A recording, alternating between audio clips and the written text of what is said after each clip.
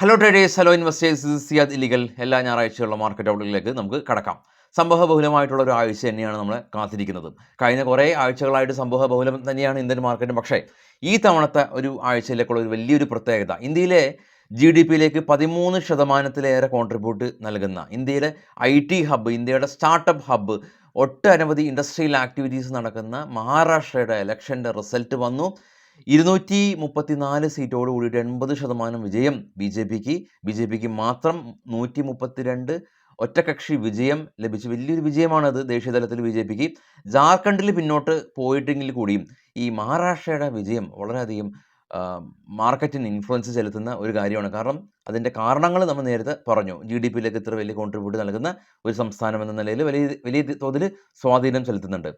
ഇനി അത് നിലനിൽക്കുമ്പോൾ തന്നെ കഴിഞ്ഞ ആഴ്ചയിൽ നമ്മൾ കണ്ട അദാനിയുടെ ബ്രൈബറി കേസും അത് സംബന്ധിച്ച് അദാനി സ്റ്റോക്കുകൾ 20%-ലേറെ ഇടിവും, അതിനുശേഷം വെള്ളിയാഴ്ച ദിവസം അദാനി ഗ്രീൻ മാറ്റി നിർത്തിയാൽ മറ്റുള്ള എല്ലാ സ്റ്റോക്കുകളും തിരിച്ചു കയറ്റവുമാണ് നമ്മൾ കണ്ടത്. അപ്പോൾ വ്യാഴാഴ്ച ദിവസം അദാനി സ്റ്റോക്കുകളെ ഷോർട്ട് ചെയ്ത് വെള്ളിയാഴ്ച ദിവസം കടിച്ചു പിടിച്ച് ഹോൾഡ് ചെയ്ത ആളുകൾക്ക് ഇനി തിങ്കളാഴ്ച ദിവസം കാത്തിരിക്കുന്നത് വലിയൊരു ദുരന്തമായ ഒരു വാർത്തയായിരിക്കാം. ഷോർട്ട് ചെയ്ത ആളുകളെ സംബന്ധിച്ചാണ് ഞാൻ പറയുന്നത്. കാരണം അദാനി സ്റ്റോക്കുകൾ തിരിച്ച് കയറിയിട്ടുണ്ട്. FISൻ്റെ ഒരു ആക്ടിവിറ്റി വളരെ വലിയ തോതിലുള്ള ഒരു തലവേദന ആണ് നമുക്ക്. എന്നാൽ ഇവരുടെ ആക്ടിവിറ്റീസിൽ ഈ മഹാരാഷ്ട്രയുടെ ഒരു ഇലക്ഷൻ വിജയം അതൊരു യു ടേൺ ആയി FISൻ്റെ തീരുമാനം എടുക്കുമോ എന്നുള്ളതാണ് നമ്മൾ കാത്തിരിക്കുന്നത്. കാരണം FIS ഈ ഒരു മാസം മാത്രം 40,000 കോടി രൂപക്കും കഴിഞ്ഞ മാസം ഏകദേശം 1,14,000 കോടി രൂപക്കുമാണ് ഇന്ത്യൻ മാർക്കറ്റിൽ സെല് ചെയ്തിട്ടുള്ളത്. 1.5 lakh ക്രോഡ്സാണ് ഇപ്പോൾ ഇന്ത്യൻ മാർക്കറ്റിൽ FIS കഴിഞ്ഞ 2 മാസമായിട്ട് ചരിത്രത്തിൽ ഒന്നുമില്ലാത്ത വിധം FISൻ്റെ ഭാഗത്തുള്ള ഒരു കനത്ത ഒരു സെൽ ഓഫ് ഉള്ളത്. അപ്പോൾ അതിനൊരു യു ടേണും നമുക്ക് വേണം. നമ്മുടെ മാർക്കറ്റ് കഴിഞ്ഞ വെള്ളിയാഴ്ച ദിവസം ക്ലോസ് ചെയ്തതിന് ശേഷം യൂറോപ്യൻ US മാർക്കറ്റുകൾ പോസിറ്റീവായിരുന്നു. ഗിഫ്റ്റ് നിഫ്റ്റിയും 100 പോയിൻ്റ് അപ്സൈഡ് ആയിരുന്നു. ഗിഫ്റ്റ് നിഫ്റ്റി അപ്സൈഡ് ആണെന്ന് പറയുമ്പോൾ ഗിഫ്റ്റ് നിഫ്റ്റി അപ്സൈഡ് എന്നാണ് ഞാൻ പറഞ്ഞത്. അതല്ലാതെ മാർക്കറ്റ് 100 പോയിൻ്റ് അപ്സൈഡ് ആയി ഓപ്പൺ ചെയ്യുമെന്നൊന്നും ഒരു ഗ്യാരണ്ടി ഇല്ല. കാരണം ഗിഫ്റ്റ് നിഫ്റ്റി കഴിഞ്ഞ ശനിയാഴ്ച വെളുപ്പിന് 2 മണി വരെ ട്രേഡ് ചെയ്യുകയും നമ്മളെ മാർക്കറ്റ് 9:15 ഓപ്പൺ ആകുന്നതിന് മുമ്പ് ഓപ്പൺ ആകുകയും ചെയ്യുന്നുണ്ട്. അതിനിടയിൽ നമ്മൾ പ്രീ മാർക്കറ്റും ചെയ്യുന്നുണ്ട്. എല്ലാ ദിവസവും രാവിലെ നമ്മൾ പ്രീ മാർക്കറ്റ് ചെയ്യുന്നുണ്ടല്ലേ. അതിനിടയിലുള്ള ഗിഫ്റ്റ് നിഫ്റ്റിയുടെ വാല്യൂ ആണ് നമ്മൾ പറയുന്നത്. അതിനുശേഷം പ്രീ മാർക്കറ്റിന് ശേഷം ഗിഫ്റ്റ് നിഫ്റ്റി ട്രേഡ് ചെയ്യുന്നുണ്ട്. അപ്പോൾ അത് വളരെ സെൻസിബിളായിട്ട് നിങ്ങൾ മനസ്സിലാക്കാൻ ശ്രമിക്കുക. ഗിഫ്റ്റ് നിഫ്റ്റി ട്രേഡ് ചെയ്തുകൊണ്ടിരിക്കുന്ന ഒരു ഇൻഡെക്സാണ്. അതിൻ്റെ റിഫ്ലക്ഷൻ നമുക്ക് വരുന്നത് 9:15-നാണ്. അപ്പോൾ അത് മനസ്സിലാക്കുക. കാരണം ഒരുപാട് ആളുകൾ പുതിയ ഡിമാറ്റ് അക്കൗണ്ടുകൾ ഉണ്ടാക്കുന്നുണ്ട്. അപ്പോൾ നമ്മൾ ന്യൂസിൽ പറയുന്ന പല ടെക്നിക്കൽ ടേംസുകളെല്ലാം തന്നെ അവർ വേറെ രീതിയിൽ വ്യാഖ്യാനിച്ചേക്കാം. ഒരു പോംവഴി എന്ന് പറയുന്നത് പുതിയ ആളുകൾ കൃത്യമായിട്ട് തന്നെ ആ ഒരു സ്ട്രക്ചർ വൈസ് മാർക്കറ്റിനെ പഠിക്കുക എന്നുള്ളതാണ്. അപ്പോൾ ഇതാണ് ഇപ്പോഴുള്ള ഒരു വൺ ലൈനായിട്ട് പറയുന്നത്. ഇനി നമുക്ക് നേരെ ഗ്ലോബൽ മാർക്കറ്റ് പരിശോധിക്കാം. ഗ്ലോബൽ മാർക്കറ്റിൽ ഏറ്റവും താഴെ നിന്ന് നമുക്ക് തുടങ്ങാം. ഏറ്റവും താഴെ കാണാം US വിക്സ് 5% ഇടിയുകയും നാസ്ഡാക്കും ഡോയും പോസിറ്റീവിൽ ക്ലോസ് ചെയ്യുകയും അതിന് മുകളിലുള്ള 3 യൂറോപ്യൻ മാർക്കറ്റ് പോസിറ്റീവിൽ ക്ലോസ് ചെയ്യുകയും ചെയ്തിട്ടുണ്ട്. ഏഷ്യൻ മാർക്കറ്റിൻ്റെ കഥകൾ നമ്മൾ കണ്ടിട്ടുള്ളതാണ്. അതുകൊണ്ട് ഏഷ്യൻ മാർക്കറ്റ് നമ്മൾ നോക്കുന്നില്ല. നേരെ നമ്മൾ പോകുന്നത് US മാർക്കറ്റിൽ ലിസ്റ്റ് ചെയ്ത ഇന്ത്യൻ കമ്പനികളിലേക്കാണ്. ഇൻഫോസിസും വിപ്രോയും HDFC ബാങ്കും ICICI ബാങ്കും റിലയൻസും ഡോക്ടർ റെഡ്ഡി ഉൾപ്പെടെയുള്ള എല്ലാ കമ്പനികളും GDR-ലും ADR-ലും പോസിറ്റീവായിട്ട് ക്ലോസ് നടത്തിയിട്ടുണ്ടെന്ന് കാണാൻ സാധിക്കുന്നുണ്ട്. ഇനി നിഫ്റ്റിയുടെ വീക്കിലി ക്യാൻഡിൽ നോക്കാം. വളരെ വലിയ തോതിൽ വോളറ്റൈലായിരുന്നു. തിങ്കളാഴ്ച ഓപ്പൺ ചെയ്തു, തിങ്കളാഴ്ച ഇടിഞ്ഞു.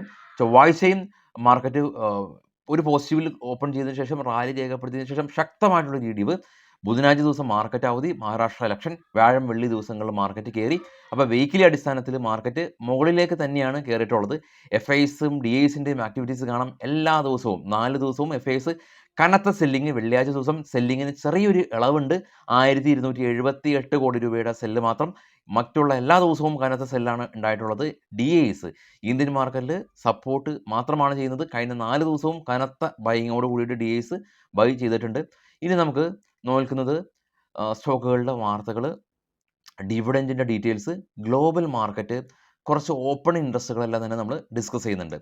ഈ ഒരാഴ്ചയിലെ വെള്ളിയാഴ്ച ദിവസവും ശനിയാഴ്ച ദിവസമാണ് കൊച്ചിയിൽ വെച്ച് നമ്മൾ ഓഫ്ലൈൻ ബേസിക് കോഴ്സും ഫ്യൂച്ചർ ആൻഡ് ഓപ്ഷൻ്റെയും ഓഫ്ലൈൻ ക്ലാസ് നടത്തുന്നത്. കുറഞ്ഞ ഫീസിൽ നിങ്ങൾക്ക് പഠിക്കാം. ഇനി ഇവിടെ വരാൻ പറ്റാത്ത ആളുകൾക്ക് ഓൺലൈനായിട്ടും പഠിക്കാം. ഫസ്റ്റ് കമൻറ്റിൽ ഞാൻ നമ്പർ പിൻ ചെയ്ത് വെച്ചിട്ടുണ്ട്. ഫീസും മറ്റുള്ള കാര്യങ്ങളും നിങ്ങൾക്ക് അതിൽ നിന്ന് എടുക്കാം. ഗ്ലോബൽ ഈവൻറ്റിലേക്ക് പോകാം. നവംബർ 25 യു എസിൽ നിന്ന് അവിടുത്തെ 2 ഇയർ നോട്ട് ഓപ്ഷൻ ഉണ്ട്. 25 തന്നെ ജർമ്മനിയുടെ ബിസിനസ് എക്സ്പെക്റ്റേഷൻ ഉണ്ട്. നവംബർ 26 യു എസിൽ നിന്ന് കൺസ്യൂമർ കോൺഫിഡൻസും ഹോം സെയിൽസും. നവംബർ 27 വളരെയധികം ഇമ്പോർട്ടൻ്റ് ആയിട്ടുള്ള ദിവസമാണ്. ഫെഡറൽ ഓപ്പൺ കമ്മിറ്റിയുടെ മിനിറ്റ്സ് ഓഫ് മീറ്റിംഗ്, യു എസിൽ നിന്ന് initial jobless claim, core PCE price index, crude oil inventories എല്ലാം തന്നെ യു എസിൽ നിന്ന് വരുന്നുണ്ട്. നവംബർ 28 നിന്ന് ജർമ്മൻ ഇൻഫ്ലേഷനും, നവംബർ 29 യൂറോസോണിൻ്റെ ഇൻഫ്ലേഷനും ജർമ്മൻ ഇൻഫ്ലേഷനും. ഇനി നവംബർ 29 GDP ഡേറ്റ ഇന്ത്യയുടെ ഉണ്ട്. ഇത് വ്യക്തമായിട്ട് ഇവിടെ കാണാൻ സാധിക്കുന്നുണ്ട്. ഇത് മാത്രമല്ല, ഡിവിഡൻറ്റിൻ്റെ ഡീറ്റെയിൽസും IPO ഡീറ്റെയിൽസ് എല്ലാം തന്നെ നമ്മളവിടെ ട്രേഡ് ബഡ്ഡി എന്ന് പറഞ്ഞ ടാബിൽ ലഭ്യമാണ്. ട്രേഡ് ബഡ്ഡിയുടെ ലിങ്ക് ഈ വീഡിയോയുടെ ഡിസ്ക്രിപ്ഷനിലുണ്ട്. നിങ്ങൾക്ക് ഫ്രീ ആയിട്ട് തന്നെ ആക്സസ് ചെയ്യാം, ₹1 പോലും കൊടുക്കേണ്ട. കുറച്ച് സ്റ്റോക്കുകളുടെ ഡിവിഡൻറ്റ് ഡീറ്റെയിൽസ് നോക്കാം. ഇപ്പോൾ ഞാൻ ബൽറാമൻ ചിനി ₹3 റെക്കോർഡ് ഡേറ്റ് എന്നാൽ 25. കൂടാതെ തന്നെ EPL ലിമിറ്റഡ് ₹2.50 റെക്കോർഡ് ഡേറ്റ് 25. അതുപോലെ power finance, Dev informations, Ganesh ecosphere, Gillette India, GPT infra, Kaveri, Sun TV, happiest mind, അങ്ങനെ എല്ലാ കമ്പനീസിൻ്റെയും ഡിവിഡൻറ്റ് ഡീറ്റെയിൽസ് നമ്മുടെ ട്രേഡ് ബഡ്ഡി ടാബിലുണ്ട്. അപ്പോൾ നോക്കാൻ മറക്കരുത്, വീഡിയോയുടെ ഡിസ്ക്രിപ്ഷനിലാണ് ഉള്ളത്. നമുക്ക് നേരെ കുറച്ച് ഓപ്പൺ ഇൻട്രസ്റ്റ് നോക്കാതിന് ശേഷം സ്റ്റോക്ക് ന്യൂസ് നോക്കാം. ഓപ്പൺ ഇൻട്രസ്റ്റിൽ കാണാൻ സാധിക്കുന്നത് ആളുകളെല്ലാം തന്നെ കുറച്ചധികം പോസിറ്റീവായ രീതിയിൽ ഡെറിവേറ്റീവിൽ ഒരു ആക്ഷൻ എടുത്തിട്ടുണ്ട്. ഈവൻ 2 ദിവസം അവധിയാണെങ്കിൽ കൂടിയും ഇന്ത്യ വിക്സ് 16 കാണാം. PCR 1.1 പുട്ടാണ് ഷോർട്ട് ചെയ്തിട്ടുള്ളത്. ഹാച്ച് കളർ കാണുന്നത് പുട്ട് അഡീഷനാണ്. അപ്പോൾ എവിടെയാണ് നിഫ്റ്റിയുടെ സ്പോട്ട് എവിടെ നിൽക്കുന്നത്? 23,900. Major support zone 23,500, 23,000. Higher put writing ഉണ്ട്. കോൾ റൈറ്റിംഗ് 24,000 ചെറിയ തോതിലുണ്ട്. പക്ഷേ അവർ ട്രബിൾ ആവാൻ സാധ്യതകളുണ്ട്. ബാങ്ക് നിഫ്റ്റിയും PCR 1.2 ആണ്, ബുള്ളിഷാണ്. അടുത്ത മണിയെല്ലാം തന്നെ വലിയ തോതിൽ പുട്ട് അഡീഷൻ ഉണ്ട്. കോൾ അഡീഷൻ 51,500-ലും 52,000-ലും ഉണ്ട്. എങ്കിലും സ്റ്റിൽ അവർ ഇപ്പോൾ അവർ ട്രബിൾ ആകുമോ എന്ന് ചോദിച്ചു കഴിഞ്ഞാൽ, ഇപ്പോൾ അതായത് പുട്ടും അഗ്രസീവ് ഷോർട്ട് ചെയ്തിട്ടുണ്ട്, കോളും അടുത്ത മണിയൊന്നുമല്ല, കുറച്ച് മാറി ലംബമായിട്ടും ഷോർട്ട് ചെയ്തിട്ടുണ്ട്. പക്ഷേ ഈ കോൾ റേറ്റ് ചെയ്ത ആളുകൾ ട്രബിൾ ആകുമോ എന്ന് ചോദിച്ചു കഴിഞ്ഞാൽ 2 ബെനിഫിറ്റാണ് അവർക്കുള്ളത്. ഒന്ന്, DKയുടെ ബെനിഫിറ്റ് കിട്ടും എന്നുള്ളതാണ്. 2 ദിവസം DKയുടെ ബെനിഫിറ്റ് ചില്ലറയല്ല. നിഫ്റ്റിയിൽ തന്നെ ഏകദേശം ഒരു 17 പോയിൻ്റ് ഉണ്ട് ഒരു ദിവസം. കൂടാതെ തന്നെ മാർക്കറ്റ് നല്ല രീതിയിൽ അപ്സൈഡ് ആകുമ്പോൾ 16-ൽ നിൽക്കുന്ന ഇന്ത്യ വിക്സ് കൊളാപ്സ് ചെയ്യും. മാർക്കറ്റ് കൊളാപ്സ് ചെയ്യുമ്പോൾ ഈവൻ കോൾ ഷോർട്ട് ചെയ്ത ആളുകളും പോലും പ്രോഫിറ്റ് ആവും. കാരണം വിക്സ് ഇടിഞ്ഞു, പ്രീമിയം സ്വാഭാവികമായ രീതിയിൽ ഇടിയും.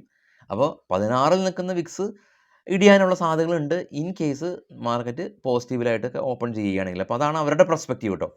അതായത് ഡെറിവേറ്റീവിൽ ഇങ്ങനെയുള്ള ഒരുപാട് പെർസ്പെക്റ്റീവ്സ് ഉണ്ട്. ഇതിൻ്റെ ഓപ്ഷൻ ഗ്രീക്സ് എല്ലാം തന്നെ ഉണ്ട്. അതെല്ലാം തന്നെ കൃത്യമായിട്ട് മനസ്സിലാക്കിയതിന് ശേഷം ട്രേഡ് ചെയ്യാനായിട്ട് ശ്രമിക്കുക. അതല്ലെങ്കിൽ ഡെറിവേറ്റീവ് ട്രേഡ് ചെയ്യേണ്ട, ഇൻട്രാഡേയോ മറ്റുള്ള കാര്യങ്ങളെല്ലാം ചെയ്യാം. ഇപ്പോൾ ന്യൂസിൽ നിറയെ ഈ ഇലക്ഷനായിട്ട് ബന്ധപ്പെട്ടുള്ള കാര്യങ്ങളായതുകൊണ്ട് സ്റ്റോക്ക് ബേസ്ഡ് ആയിട്ടുള്ള ന്യൂസുകൾ വളരെ കുറവാണ്. എങ്കിലും സൊമാറ്റോ 8,500 കോടി രൂപയുടെ QIP ക്വാളിഫൈഡ് ഇൻസ്റ്റിറ്റ്യൂഷണൽ പ്ലേസ്മെൻറ്റിലൂടെ ഫണ്ട് റൈസ് ചെയ്യുന്നുണ്ട്.